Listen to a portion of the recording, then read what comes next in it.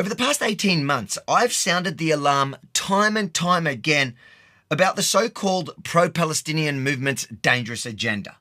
I warned that once they were done vilifying Israel and twisting her history to fit their hateful narrative, they'd turn their sights on Australia.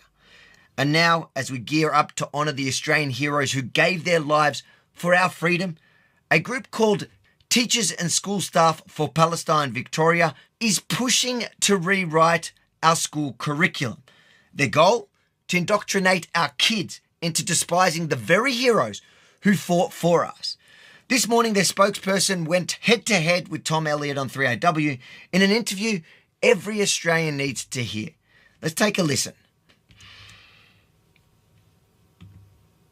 Our next guest feels that Anzac Day should be taught a little differently in schools. She is a representative or a spokesperson for Teachers and School Staff for Palestine.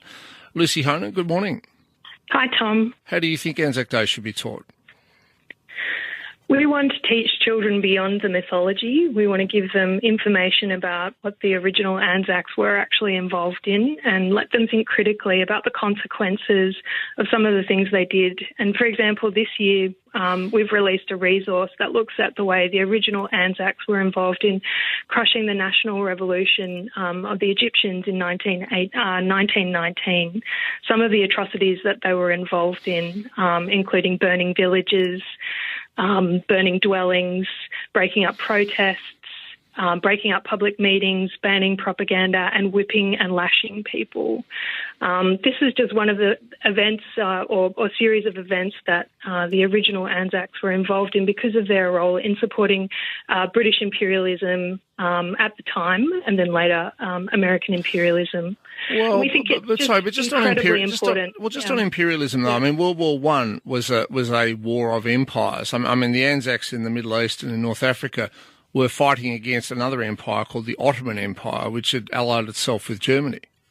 Mm. So, I mean, you know, to say that, they were imperialists, well, the people in charge of that area were also an empire. They were just a different empire. So true. Tom's one of the few fearless enough to confront these history rewriters head on. This is exactly what they do with Israel, distorting the facts to craft a narrative that attacks everything we hold dear. Now listen to what this spokesperson told Tom about their issue with Anzac Day specifically.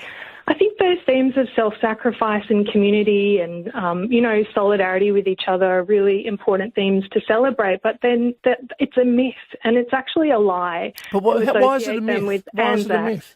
Because the self-sacrifice that they were asked to do wasn't simply a sacrifice for the greater good. It was a sacrifice that led to killing people. It led to the occupation of other people's lands, Lucy, and it led to them enacting incredibly violent. The vast majority of Australian troops fought on the Western Front from 1916 to 1918. They were fighting militaristic Germany. It was easily the biggest and most awful war humankind had ever seen. Correct. And it was sacrifice. And the point was we were an all-volunteer army. Something like a third of all military-age men from Australia volunteered and served overseas in the most awful war. And even though they saw people not returning or people were returning with terrible wounds, blind, limbs amputated, gassed, and they still volunteered to fight. Yes, the Anzacs were courageous Australian heroes. Let's never forget that. We can't let revisionist history take a hold and allow these so-called educators to poison the minds of our next generation. And if that wasn't outrageous enough, here's how the interview ended when Tom asked her if any wars are worth fighting.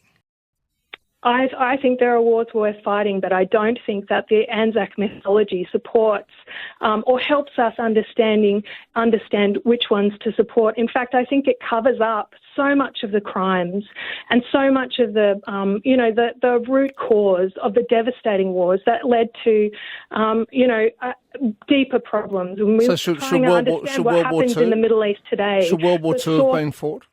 I think there are real crimes that Australians were involved in World War II. My Come on, grandfather we were talks facing about the way that he was mobilised to bomb Dresden, and he regrets it. And he regretted it, towards the end of his life. The way that he was used to destroy people, and there were many people who wanted to be involved in the fight against authoritarianism and Nazism, but to reduce Australian militarism at that point to what was happening there is to close off discussion and critical discussion about the way that Australians were used in racist ways across the Pacific and also in Germany. Well, I'm sorry, I cannot disagree with you more about Australia in the Pacific was battling a very real enemy, Japan. And you want to talk about people who were racist. The Japanese were just about the most racist people on earth, perhaps not quite as racist as the Nazis, but there was a race to the bottom there.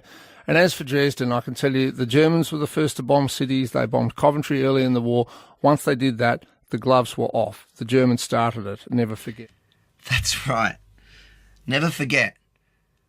We fought the racists. We won. And we must ensure that our kids aren't taught to erase our history by these Australia-hating teachers for Palestine.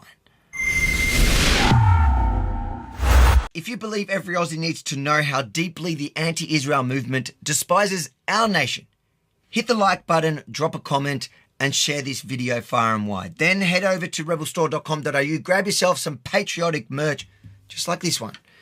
Show your pride, look sharp, and support your favourite news network all at the same time.